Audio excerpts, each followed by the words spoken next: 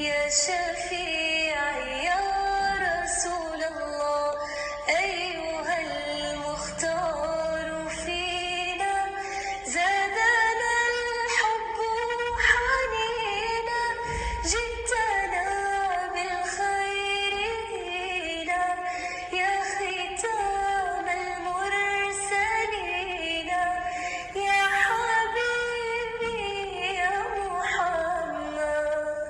ربنا الهادي البشير، أملي أنا يا ربنا به الكتير، هو الشفيع المرتضى يوم الحساب، من كان في طاعته مذهبه نال الثواب، مغرم أنا يا ربنا المن الهنا، صلوا عليه نور ربنا ساطع غنى، زيدوا الصلاة ضيوف مسك الختام، جيت اشتكي همي وابوح زاد الغرام، وبحضرته نلت المنى زاد مطلبي، عالي المقام خير الانام نور مذهبي، صلوا على المختار صلاة نفلح بها، في الساحة والحضرة قاموا للمنتهى، صلوا على نور ربنا الهادي البشير، أملي أنا يا ربنا به الكتير، هو الشفيع المرتضى يوم الحساب، من كان في طاعته مذهبه نال الثواب. السلام عليكم ورحمة الله وبركاته. ازيكم حبايبي؟ عاملين ايه؟ وحشتوني جدا جدا. يلا بينا نصلي على الرسول عليه افضل الصلاة والسلام، وندخل نشوف هنعمل ايه في الفيديو بتاعنا النهاردة. طبعا الفيديو بتاعنا النهاردة بسيط جدا جدا، وصفة بسيطة جدا جدا. يعني اللي عنده اطفال بيحبوا الاكلات دي وصفة حلوة قوي. طبعا هي مدية على ناجتس، هي يعني كرات فراخ بالجبن، يعني كرات فراخ، وكمان هعمل قطع منها هتبقى يعني شبيهة الناجتس، وكمان كل المقادير والمكونات اللي بضيفها دي بتضاف للناجتس، يعني هتبقى مقربة للناجتس، بس هي كرات لحمة بالجبن او كرات فراخ بالجبن.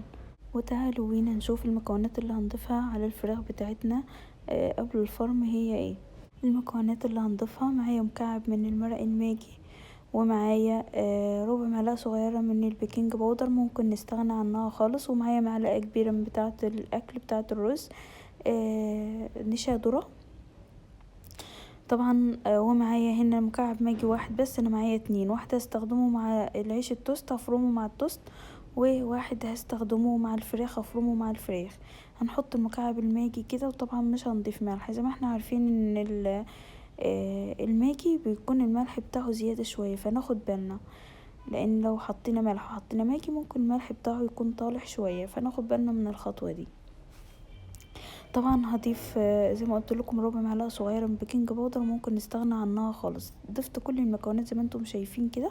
هحط ربع معلقة صغيرة من الفلفل الاسود، ربع معلقة صغيرة خالص، وهضيف معلقة صغيرة من توم البودر، ومعلقة صغيرة من البصل البودر. طبعا لو في متواجد عندكم الفلفل اللي هو الابيض بدل الفلفل اللي هو الاسود بيكون احسن، ما بيخليش معانا الفراخ غامقة.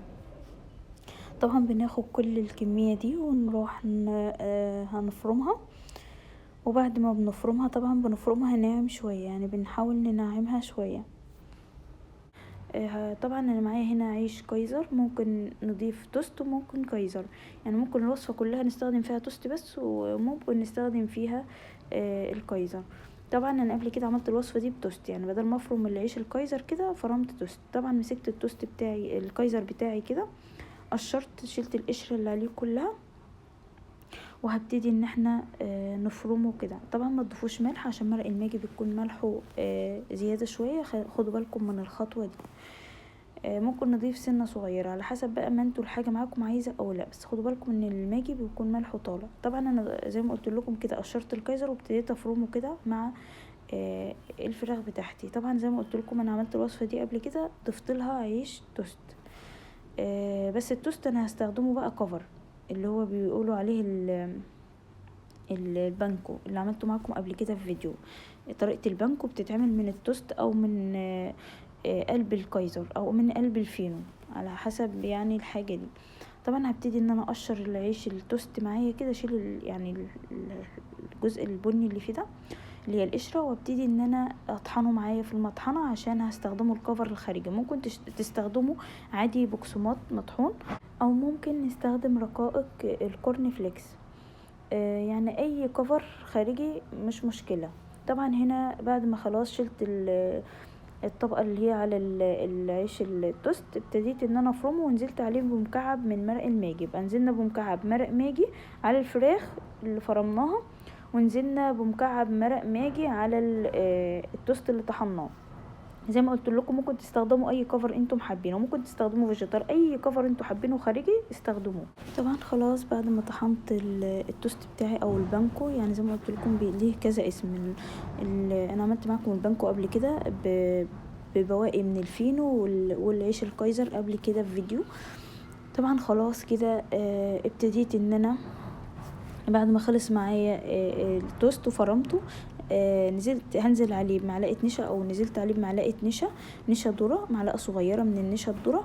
وهبتدي ان انا طبعا مش هنضيف له ملح عشان زي ما قلنا المرق الماجي بيكون فيه ملح. وكمان هضيف له حوالي نص معلقه من الثوم البودر ونص معلقه من البصل البودر، وابتديت قلبته كويس جدا جدا.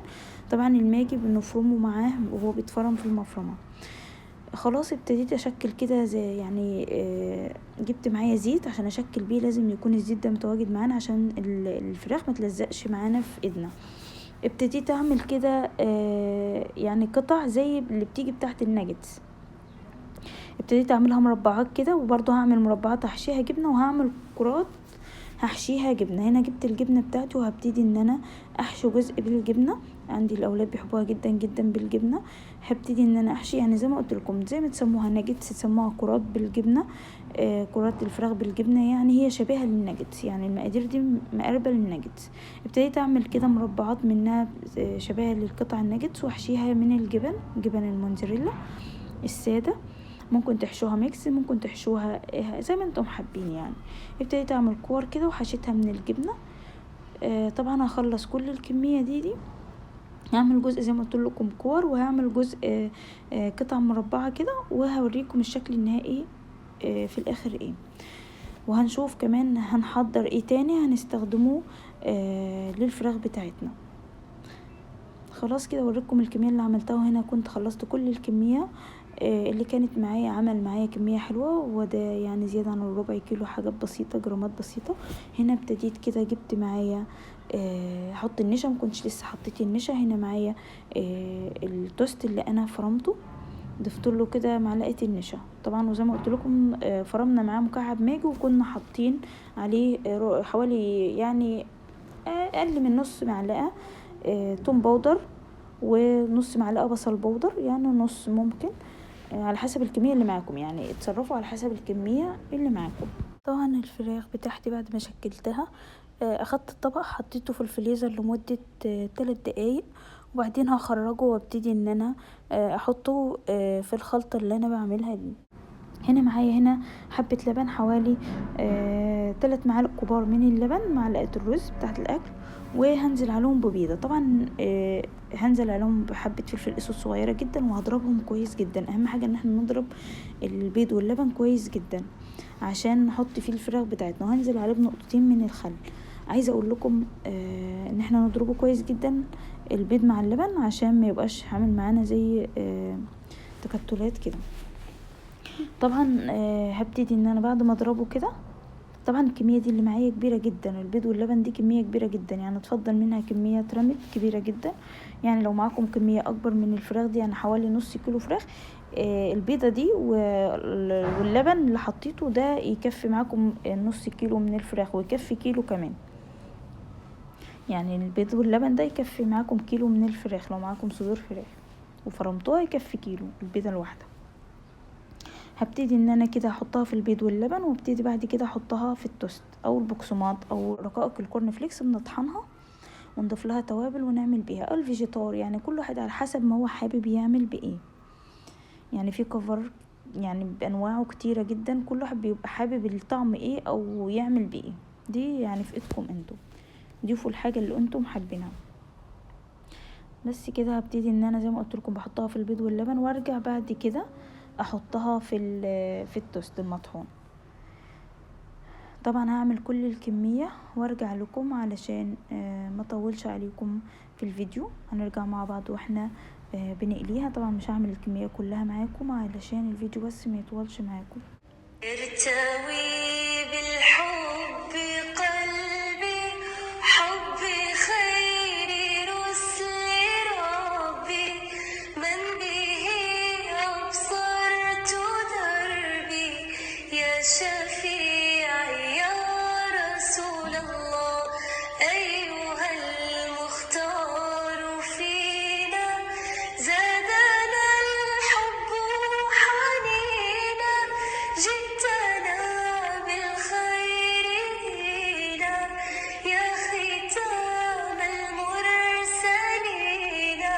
خلاص كده كان خلص معايا الفراخ بتاعتي. هحطها برضو في الفريزر لمدة 3 دقايق وبعدين نبتدي نقليها مع بعض. هنا بوريكم الكمية اللي اتفضلت معايا من البيض واللبن. زي ما قلت لكم كمية بتبقى كبيرة، فطبعا البيضة ما بنقدرش نقسمها، فغصب عننا ممكن نحط الكمية دي في التلاجة ونستخدمها في اي حاجة تانية. هنا كان خلاص الزيت بتاعنا سخن، ابتدينا ننزل بالفراخ بتاعتنا. طبعا الزيت بتاعنا بيكون سخن، بس بعد ما بننزل كده بقطع الفراخ نهدي. اول ما بننزل نبتدي نهدي عشان ما تاخدش معانا لون بسرعة ومن جوه تكون لسه ما استوتش. فهدوا النار تستوي براحتها لانها تاخد سوا شويه. طبعا وانا عامله القطع بتاعتي تخينه شويه مش رقيقه، فهتاخد سوا شويه. طبعا اول ما بننزل في الزيت كده وهو سخن بنبتدي نهدي على الاخر. نهدي ليه؟ لان لو اخدت معاكم لون بسرعه معنى كده ان هي لسه ما استوتش من جوه، تلاقوها من جوه مش مستويه. هنا خلاص كده عملت كل الكميه اللي معايا زي ما انتم شايفينها كده. كرات الفراخ او اللي سموها زي ما تسموها، يعني ممكن كرات فراخ قطع فراخ ناجتس، يعني على حسب ما تسموها. هي كرات الفراخ بالجبن او قطع الفراخ بالجبن على حسب ما انتم تسموها. شايفين قد ايه تحفه كده، والجبن فيها حلوه قوي وبتمط كمان. عجبت الولاد جدا جدا. طبعا هتعجب اولادكم جدا جدا. جربوا الطريقه دي مش هتندموا. ده كان الفيديو بتاعي، يا رب يعجبكم. ما تنسونيش في اللايك وفي الشير وفي سبسكرايب وتفعيل الجرس والاشتراك في القناه، وكملوا الفيديوهات للاخر. والسلام عليكم ورحمه الله وبركاته.